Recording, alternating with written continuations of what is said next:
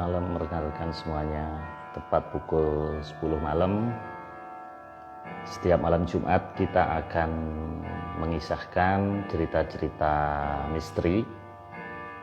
Malam ini kita akan menuntaskan cerita dari Nggot bersama rekan-rekannya di daerah Temanggung yang karena keisengannya akhirnya rumah sakit tua yang kosong. Kemudian di malam berikutnya mengunjungi lagi rumah sakit tersebut. Nah, rupanya setiap malam itu ada pengalaman yang berbeda dengan pengalaman-pengalaman malam sebelumnya. Nah, kali ini serial ketiga atau terakhir, kita akan menuntaskan cerita rumah sakit angker ini. Namun demikian, kita coba mengundang beberapa rekan Nggot, mungkin malam ini yang bisa gabung akan memberikan kesaksian. Kita tunggu koneksi dari Nggot, dari Jogja. Semoga channelnya bagus malam ini. Cerita ini adalah pengalaman asli Nggot bersama 5 rekannya. Namun demikian, kalian bila punya cerita misteri atau punya pengalaman yang bagus, boleh dikirimkan, di DM-kan ke kami sehingga kami bisa menceritakan atau kalian sendiri yang akan menceritakan langsung. Halo Nggot, selamat malam. Ya, selamat malam, Pak. Koneksinya kelihatannya kurang bagus Nggot. Oke Ya, Nggot, barusan bisa. kita tuntaskan Nggot malam ini. Apa yang terjadi di malam ketiga berarti ini ya? Kan Ya, malam pertama, kedua, jadi di hari ketiga Nggot bersama rekan-rekannya kembali mengunjungi karena masih belum puas untuk meneliti atau pengen melihat aktivitas supranatural yang ada di dalam rumah sakit tua tersebut. Oke, silakan Nggot, dilanjutkan. oke, baik, Pak. Di malam ketiga ini, kami kembali datang ke rumah sakit tersebut, tetapi berlima sesuai dari anjuran Pandu, teman saya yang punya kemampuan indigo kemarin itu. Jadi kami dianjurkan berangkat dalam jumlah ganjil agar tidak ada yang mengganjili begitu. Nah, kita berlima datang, suasana malam itu di kali ketiga kami datang ke rumah sakit itu gerimis lagi kayak di malam yang pertama. Jadi kita tetap bawa 2 kamera, 2 payung. Ya, kita jalan ke sana. Cuman di malam yang ketiga ini memang suasananya lebih sepi. Daerah perkampungan itu dari malam-malam sebelumnya karena hujan sudah turun dari sore hari. Nggak banyak orang yang sepanjang jalan kita menuju rumah sakit itu nggak banyak ketemu orang. Nah, sesampainya di sana, mungkin entah karena ini kali ketiga dan ada Pandu, teman saya yang indigo itu, jadi kita itu lebih merasa lebih tenang. Di situ nggak semencekam malam-malam sebelumnya. Kita datang ke situ. Nah, tujuan malam ketiga ini adalah kita, karena di malam pertama dan kedua itu sudah banyak menemui fenomena-fenomena yang aneh semacam itu. Jadi kita di malam ketiga ini pengen lebih ke pengen tahu sih, pengen tahu, pengen dengan harapan mungkin apa yang bisa kita lakukan untuk yang ada di seisi rumah sakit itu. Jadi di malam ketiga ini kita nggak banyak berkeliling, cuman kita begitu sampai di sana kita diam di lobi, sempat ngambil beberapa foto, lalu kita duduk berlima, saling membelakangi, diam di situ hening, mungkin antara 15 sampai 30 menit menunggu apakah ada sesuatu atau apa gitu. Cuman di lobi kita nggak mendapati apapun, kita langsung melanjutkan lagi masuk ke ruang tunggu rumah sakitnya lewat celah pintu depan yang sudah jebol seperti biasanya. Di ruang tunggu tersebut, kursi yang selalu berpindah itu dari malam sebelumnya yang tadinya cuma di depan kayak meja resepsionis kayak gitu, itu tetap di situ, hanya bergeser mungkin beberapa meter ke samping, tapi tidak berpindah jauh. Jejak kaki kami yang kemarin-kemarin juga masih ada di situ. Kita ambil foto lagi, terutama di spot-spot yang kemarin kita sempat menangkap gambar sosok-sosok penghuni rumah sakit tersebut. Jadi spot yang kemarin ada itu kita sengaja ambil gambar lagi, tetap tanpa layar menyala. Kita ambil random itu, terus jalan lagi. Kita lanjutkan ke di taman yang di tengah rumah sakit itu ada tempat outdoor kayak gitu. Kita duduk di situ sambil menunggu lagi karena di tempat itu di malam pertama dan kedua itu kita selalu dengar suara gaduh ketika kita membelakangi kamar-kamar pasien yang ada di belakang kita. Tapi malam itu juga di tempat itu nggak banyak suara juga. Ada mungkin satu dua suara langkah kecil, tapi cuman terdengar perlahan, nggak segaduh malam-malam sebelumnya. Jadi kami saling bertanya loh, kenapa ini kok kita sudah dengan persiapan penuh, kita dengan tujuan yang lebih jelas kali ini karena kita pengen tahu siapa tahu kita bisa dengar eh, apa maunya makhluk-makhluk yang menunggu rumah sakit kosong tersebut.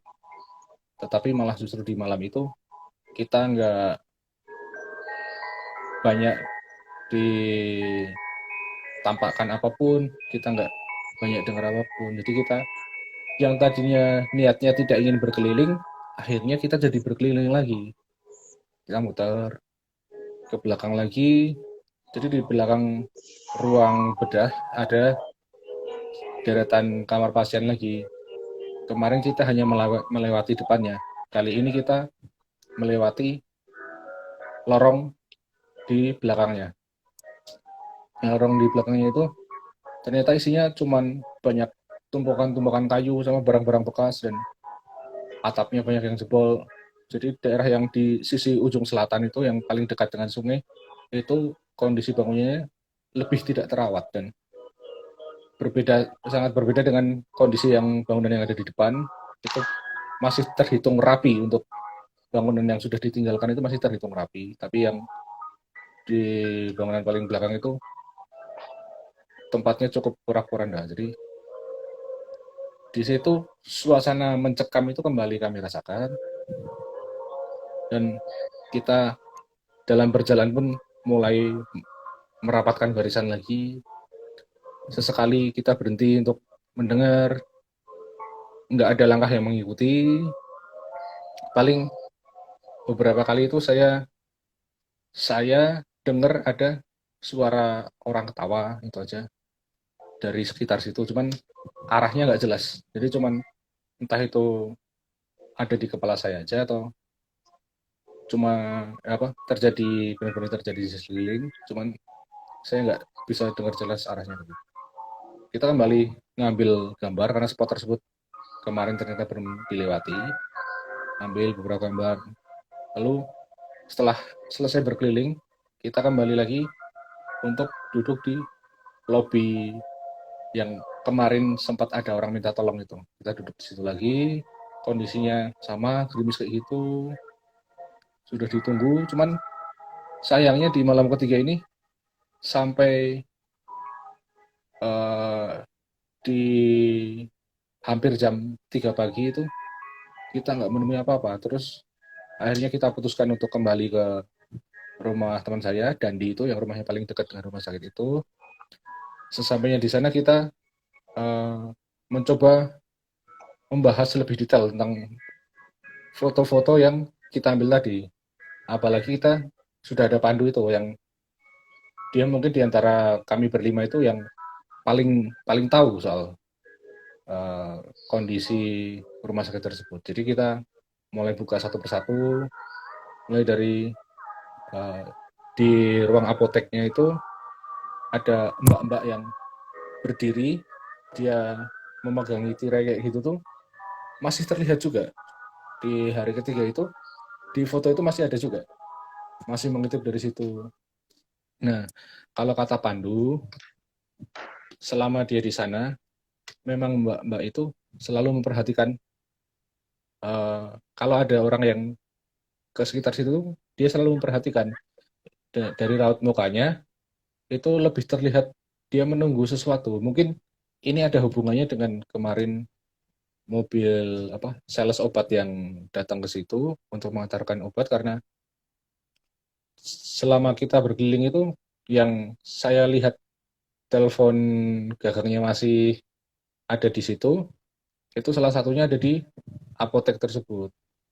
Jadi mungkin bisa jadi si Mbak ini yang menelpon memang dulunya tugasnya dia untuk meminta jika suplai obat habis, dia itu yang order obat gitu. Jadi dia selalu terlihat menunggu di situ.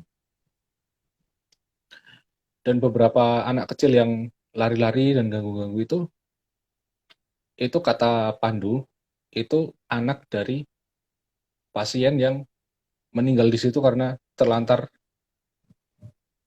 rumah sakitnya nggak keurus dan dia tuh orang tuanya tuh sakit di situ, anaknya karena dia cuman punya ibu saja, ibunya yang sakit di situ akhirnya meninggal, itu anaknya itu ada satu anak yang dia tetap di situ, sering sering banget ke situ. Nah, entah kenapa kok apa yang terjadi itu masih belum jelas, tapi anak itu ada di situ juga. Anak kecil itu terlihat di foto atau enggak, Bud? Kalau yang anak kecil itu enggak, cuman suaranya terdengar, langkah Hmm. lari-lariannya terdengar, jahil juga. Hmm. Nah, anak kecil ini pasien rumah sakit situ atau enggak? Atau hanya Enggak, berkunjung itu waktu? dia tadinya sebelum ibunya meninggal itu dia menunggui ibunya di situ karena sepertinya itu uh, ibu ini udah nggak ada suaminya, jadi bapak si anak itu udah nggak ada juga, Hmm. entah kerabatnya di mana, tapi kok bisa sampai di situ. Nah itu juga saya masih bertanya-tanya juga kenapa bisa sampai Ya, di situ. sebenarnya tidak salah juga ya si ibu sama anak itu seandainya terlantar tidak ada obat. Jadi seperti Ya, terjebak ya, terjebak di dalam. terjebak ya. Hmm. Nah, waktu kamu ekspedisi yang malam ketiga ini, malam terakhir ini, kamu berpencar atau berkelompok? Berkelompok, nggak kita nggak Nggak sempat berpencar berpencar seperti sendiri ya. sebelumnya. Sebelumnya Nggak kan sempat. berpencar. Ini kita memang tujuannya pengen lebih ke berinteraksi sih, kayak gitu. Nah, berarti anak itu juga meninggal di situ dong, Ya mestinya. kemungkinan kemungkinan besar kayak gitu. Cuman detail kejadiannya kan kita nggak tahu. Cuman kalau yang dari Pandu itu yang Hmm. sempat eh, dia lihat itu cuman ibunya. Jadi dia melakukan kontak dengan ibunya itu cuman yang berhasil dia korek hanya dia meninggal karena Hmm.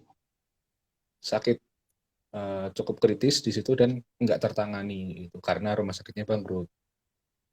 Oh, kamu nggak berusaha mencari orang pinter untuk mendoakan atau selamatan atau mencari keluarganya siapa sih ibu ini supaya arwahnya bisa Hmm. naik ke alam sana setelah Kalau ekspedisi ini.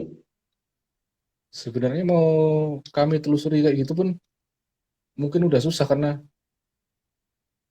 itu waktu itu pun di tahun 2010 itu udah kosong mungkin 16 tahun lebih di situ.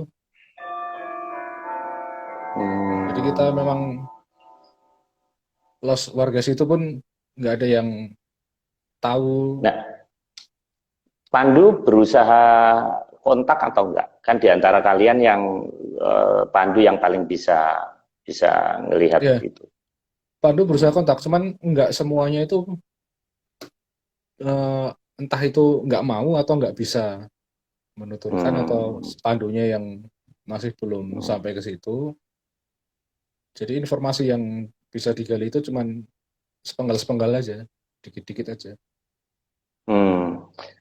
Minggu lalu Willy kan melihat ada sinar yang Hmm, menurut Pandu itu ya, pusaka. Kamu nggak lihat ya. atau hanya si Willy aja? Pengalaman kamu sendiri saat dengan rombongan itu ngelihat apa? Apa yang kamu lihat? Kan setiap orang kelihatannya Hmm, punya beda-beda penglihatan ya. ya. Waktu berpencar itu saya justru malah ini nggak ada Hanya yang suara aja ya. muncul. Iya, kalau suara itu sangat sering dengar suara itu. Hmm. Suara Nah, ketawa, suara orang bergumam. berarti kemungkinan lebih dari satu ya di situ ya, yang terperangkap di dalam rumah sakit ini lebih dari Iya, satu orang. iya. Hmm. Kalau yang dari penampakan yang berhasil diambil itu aja, yang diventilasi sama mbak-mbak di apotek itu, mungkin mbak-mbak apoteker Hmm. itu udah dua. Terus ada yang minta tolong di lobi depan itu kan eh, suara ibu-ibu juga itu. Hmm. Enggak, ada teman kamu lagi nggak yang bisa join malam ini Eh, memberikan ceritanya? Tadinya saya minta Willy lagi karena Hmm. yang masih single itu, Willy itu masih single, jadi saya minta tolong untuk Oh, bercerita lagi. Cuman ini dia ada shift malam, dia kan tugas di rumah sakit Sukoharjo. oh dia kerjanya di Dia rumah dokter, sakit juga. ya, Oh dia dia dokter, dokter. ya. Wah menarik ini sebenarnya. Oke, Ngot, ini ada teman saya namanya Pak Baskoro, dia ahli pusaka. Jadi Hmm, dia ini sebenarnya seorang insinyur, tapi dia mendalami pusaka oke, dulu waktu mudanya. Nah, saya pengen hmm, tanya pendapat dia. Jadi ini saya remove, oke, saya mau invite baik, Pak Baskoro, nanti kamu balik ya. Oke, oke, baik Pak. Ya.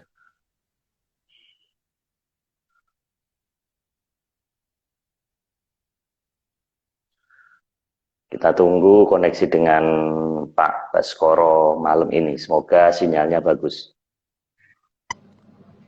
Halo, Pak Bas. Ya, halo. Ya, Pak. Selamat malam, Pak Siap. Bas. Wah, Selamat kelihatannya malam, ini Pak. lagi di rumah sakit. Kok rumah sakit? Ini apa? Kok ada kursi? Oh, Ini di posisi perjalanan, saya perjalanan. di perjalanan di naik kereta Oke. ke Jogja. Oke, Pak Bas.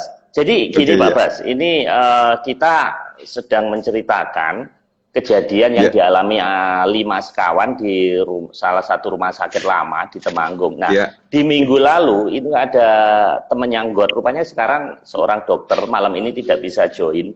Nah, itu Mm, melihat penampakan yang dia mm. lihat itu seperti kayak sinar kunang-kunang Oke, yang ya. menurut salah satu anggota di situ yang namanya Pandu yang lebih mengerti dunia Oke. spiritual yang indigo itu katanya pusaka. Nah, kita pengen Oke, tahu ya. ini Pak Bas, bagaimana Ya. pusaka ini pengertian saya itu dibuat oleh seorang pandai besi ya, seperti pisau, Oke. seperti Mm, sabit. ya. Kok ini Ya. kok bisa pusaka terus bisa kunang-kunang ini sebetulnya gimana ini Pak Bas?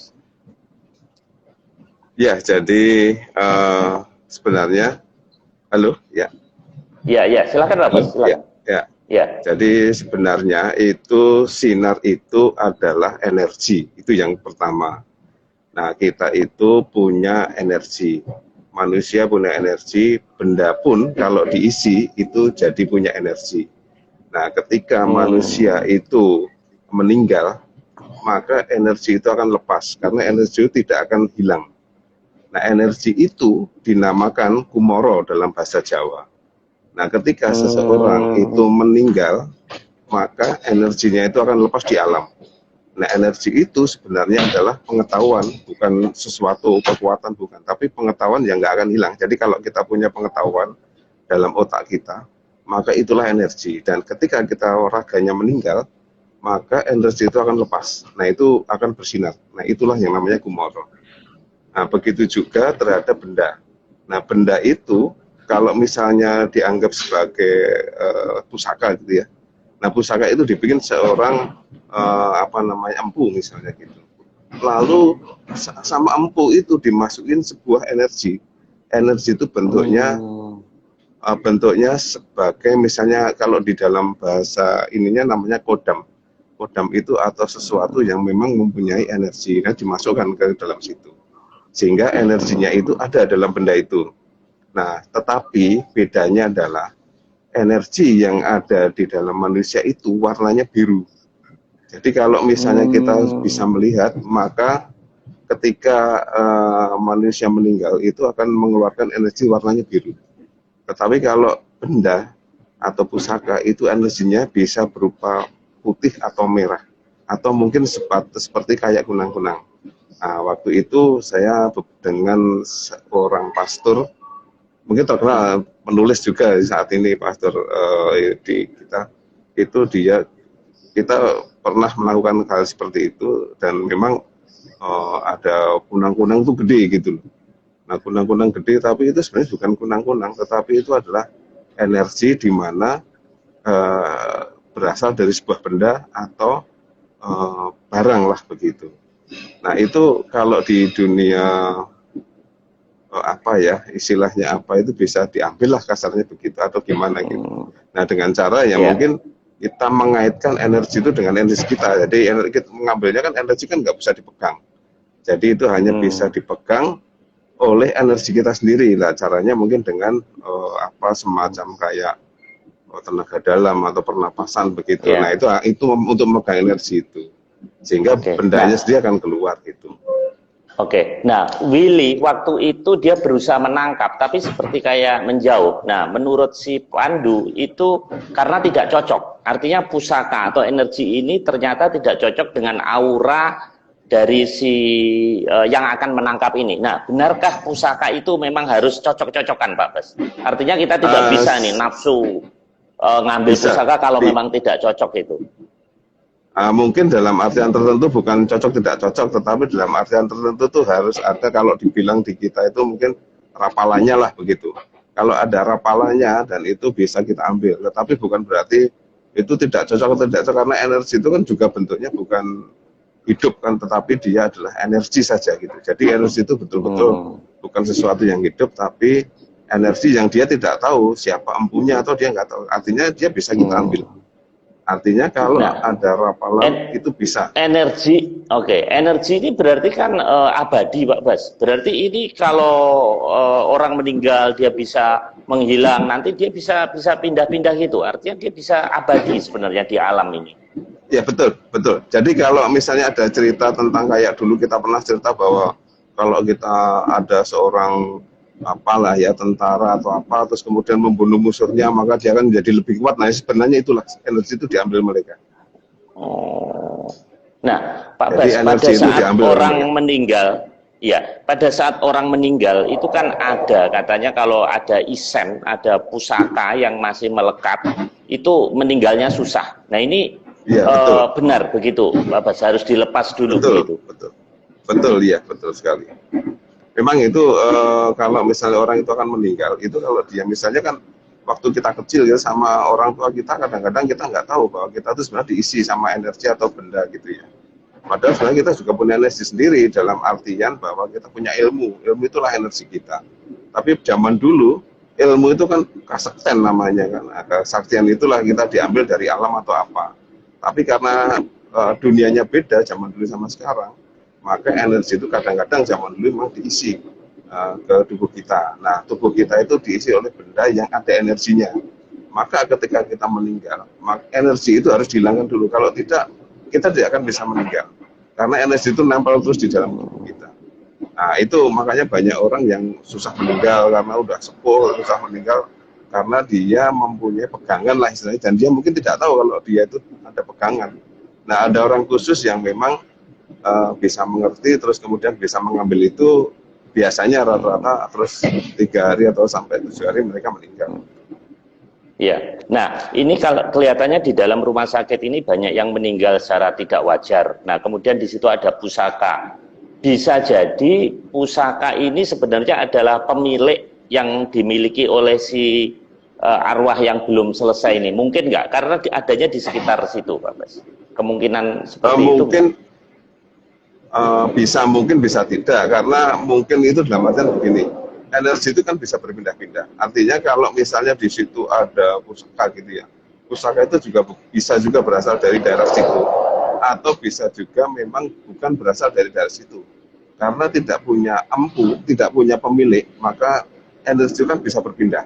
Nah, ketika dia berpindah, misalnya nih, dia dari sekitar situ ada padepokan atau apa yang mungkin ada orang yang memang punya, kemudian dia meninggal dan energi itu berpindah ke arah daerah sekitar rumah sakit misalnya, itu bisa juga.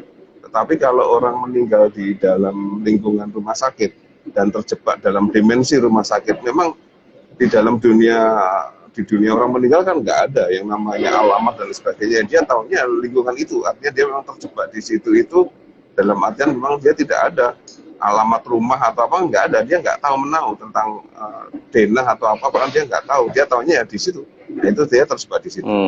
Adapun kalau energi itu ada di situ ya, karena bentuknya energi kan bisa berpindah. Misalnya kayak orang nyantet, itu kan energi yang dilemparkan bisa berpindah juga kan. Gitu. Kira-kira gitu sih kanunya. Iya. Ini bagus. Semoga ini didengar oleh pelatih olahraga sepak bola, Pak Bas. Jadi pemain sepak bola kita biar sakti-sakti ya, supaya menang kalau lawan musuh kita. Baik. Oke, Pak Bas. Selamat malam. Safe flight. Semoga selamat sampai tujuan. Terima kasih. Ya, terima kasih. Atas Terima kasih penjelasannya. semuanya. Oke, makasih Pak Bas. Selamat malam. Terima kasih. Ya. Selamat malam. Oke, kita kembali ke Nggot. Demikian penjelasan dari Pak Baskoro yang mendalami dunia perpustakaan. Ya gitu Nggot. Jadi memang tempat itu rupanya menarik energi ya, baik energi pusaka maupun energi arwah yang belum selesai, bahkan anaknya. Ngomong-ngomong, foto kamu sudah ketemu belum kameranya Nggot? Fotonya nggak ada, Pak. Karena Nggak ada. ya, Nah, sekali setelah MMC-nya nyimpan foto itu dicuri di tahun 2015 dan kita nggak punya kopiannya lagi. Nah, Nggot, setelah kejadian itu, apakah kalian berlima itu punya pengalaman spiritual lagi nggak? Artinya, apakah katanya gini, orang tuh kalau bisa ngelihat sekali, dia seterusnya akan sering bisa ngelihat. Nah, itu terjadi pada kalian berlima atau hanya di situ saja? Kebetulan hanya di situ saja. Jadi sejauh ini sama sekali nggak pernah ditampakkan apa kayak itu, dengar-dengar juga enggak. Mungkin cuman kita bisa yang energi yang bisa kita tangkap cuman yang di rumah sakit itu aja, karena mungkin cukup besar energinya. Jadi di orang awam seperti kami itu tetap terasa kayak gitu kan. Oke. Jadi ini merupakan satu, saya anggap satu kesaksian ya, satu pengalaman spiritual bahwa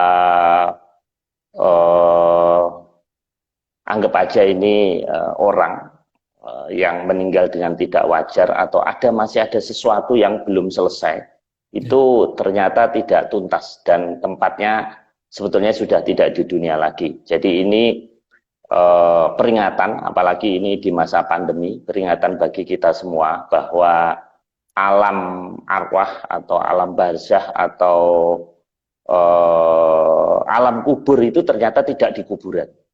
Jadi alam kubur itu adalah alam barzah yang sebetulnya bisa di mana saja, dimanapun tempat kita berada itu bisa ada. Dengan demikian kita mesti sebagai manusia harus selalu berdoa, selalu berupaya berbuat baik. Semoga kita nanti pada saat meninggal roh kita akan kembali ke Sang Pencipta. God, ini jam 10.30, waktu sudah habis, jam berdentang. Kita akhiri, God, seri Rumah Sakit Angker, seri terakhir atau yang ketiga ini. Kita ketemu lagi hari Kamis malam Jumat minggu depan, dan bagi kalian yang punya cerita misteri atau cerita pengalaman spiritual, bisa pengalaman sendiri atau pengalaman orang terdekat kita, bisa dikirim ke kita lewat lewat IG atau lewat YouTube, Kisah Tak Terucap. Oke, God, selamat malam. Ya. Terima kasih atas kontribusi ceritanya. Selamat malam, sampai jumpa. Selamat malam.